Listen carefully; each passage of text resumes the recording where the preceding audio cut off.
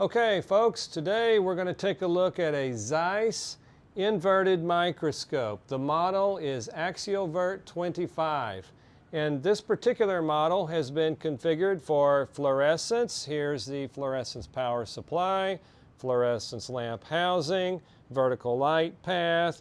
We have our cubes inside, this slider, and other things on it.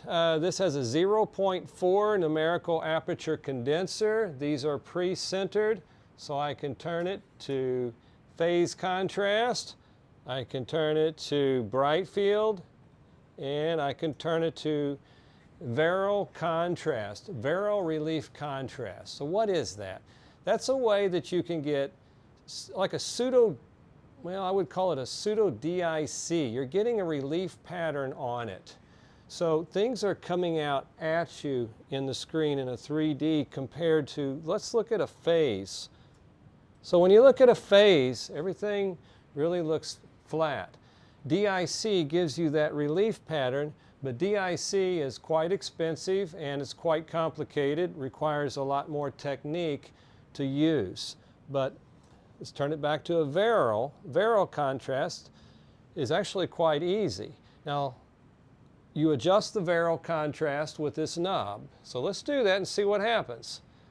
So we're going through, similarly to DIC, you go through a pseudo dark field. I have to give a minute here for the camera to adjust the light settings. So I need to go rather slowly here.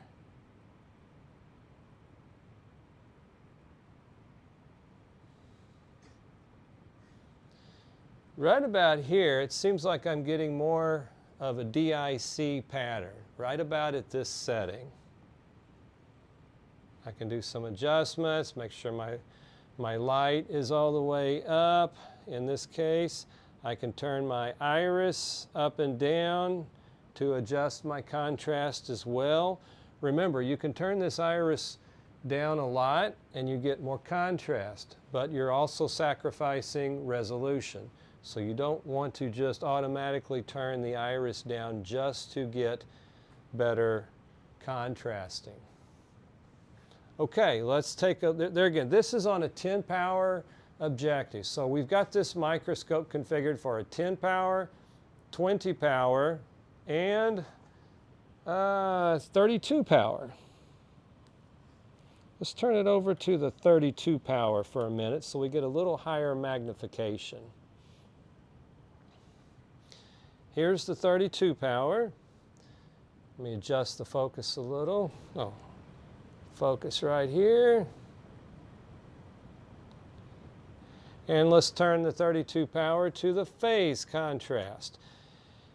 Now on this particular microscope, our objectives are 10 power, 20 power, and 32 power, all at phase 1. And that's important, phase 1 annulus, which means that's the setting all the way over here. I'm not having to slide it to different phase annulus. Okay, let's look at the bright field.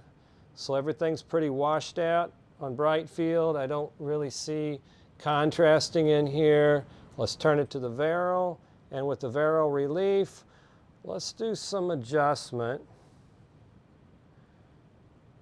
So your optimal setting for a 32 power objective might be a little different than for the other objectives. You just rotate the knob here on the Varel relief contrast and take a look at your image and see what you like.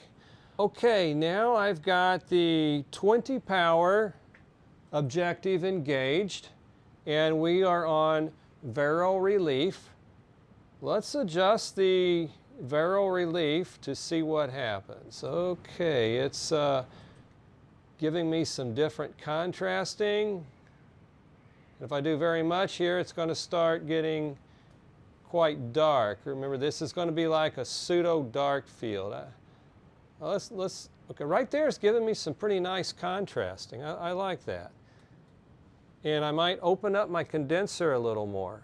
Remember, I just turned my condenser down a little bit for the 20 power. So let's open it up more. This is fine. This is giving me what I want to see. Now let's turn it back to the 10 power. So here we are on 10 power. Do some adjustment. Varel relief. Bright field, everything washed out, can't really see anything very well, don't see any detail, and phase contrast. So, depending on your contrasting method, you will see different features of your cellular structure. So it's not that one is absolutely better than the other, it depends on what you're trying to see. And ideally, you're going to want to use different contrasting methods to image the same specimen. Okay, let's think about some other issues with this microscope. This happens to have an XY stage movement. I'd have to rotate it all the way around to see it, but here is my XY movement. I do have a slide holder on this. For whatever reason, many of these microscopes, actually most of them, don't even have an XY. You've just got to set your specimen up there. I hate working on them like that. I want to be able to do an XY. So let's turn to the Varel here. And see, I can move with my left hand over here. I'm moving it to the left and to the right, rather than having to reach up here and move it. And I happen to have a universal stage plate adapter on this, and we can change that to whatever you want. If you're doing 96 well plates, 24 well plates, 6 well plates, we can put a different adapter on here. So you just have to let us know what you're working on. Now, one of the more important things that we've done on this is we've configured it for a long working distance. So you have to let us know what you're trying to image and what you're imaging through. In this case, I'm considering that you're going to be imaging through a 1 millimeter Petri dish thickness. I'm considering that you're not going to be turning the slide upside down and going through a cover slip thickness, which would be a 0.17 millimeter, or possibly you're using a Petri dish with a 0.1 millimeter thickness. So these are long working distance, and that makes a huge difference in the image quality. In this case, it's harder to get a good quality, higher resolution image using these objective lenses in going through the 1 millimeter thickness of the glass. But if that's your application, that's what I've set this up for. Some people say they have a Petri dish, 1 millimeter thickness, they have to have this. Okay, it's set up for that. Now, as you know, this does have fluorescence, and the objectives we just looked at, the 10 power will do okay. That's an A-plan 10 power. You're going to get decent fluorescence on that, but you're not going to get decent fluorescence at all out of your LD20 and your LD32 power. A lot of times the fluorescence microscopes are configured with just setups like that, objectives like that, and they just are not going to give you fluorescence. You're going to be really frustrated. So what I've done on this particular one, it's a little hard to see, but anyway, I have a 20 power on here that has a correction collar. It's an LD.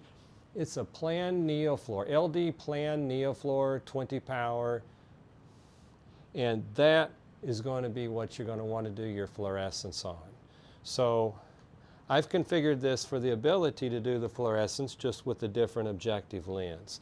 So you've got your other contrasting on the 10 LD20 and LD32. You have your fluorescence on your LD plan neofluor, different objective. So that is basically it. If you need camera equipment, this does have a camera port on the front. The head, just the typical head. You can adjust your diopters. You can put out optional filters at the top. This is a standard 25 watt halogen light source. And 5-place objective holder. So there you have it. Zeiss inverted fluorescence microscope. Model is an Axiovert 25. If you're interested in a microscope like this or any other Zeiss, Olympus microscope, fluorescence primarily is what I do, DIC I do, please contact me. Please let me know. Thank you very much for watching.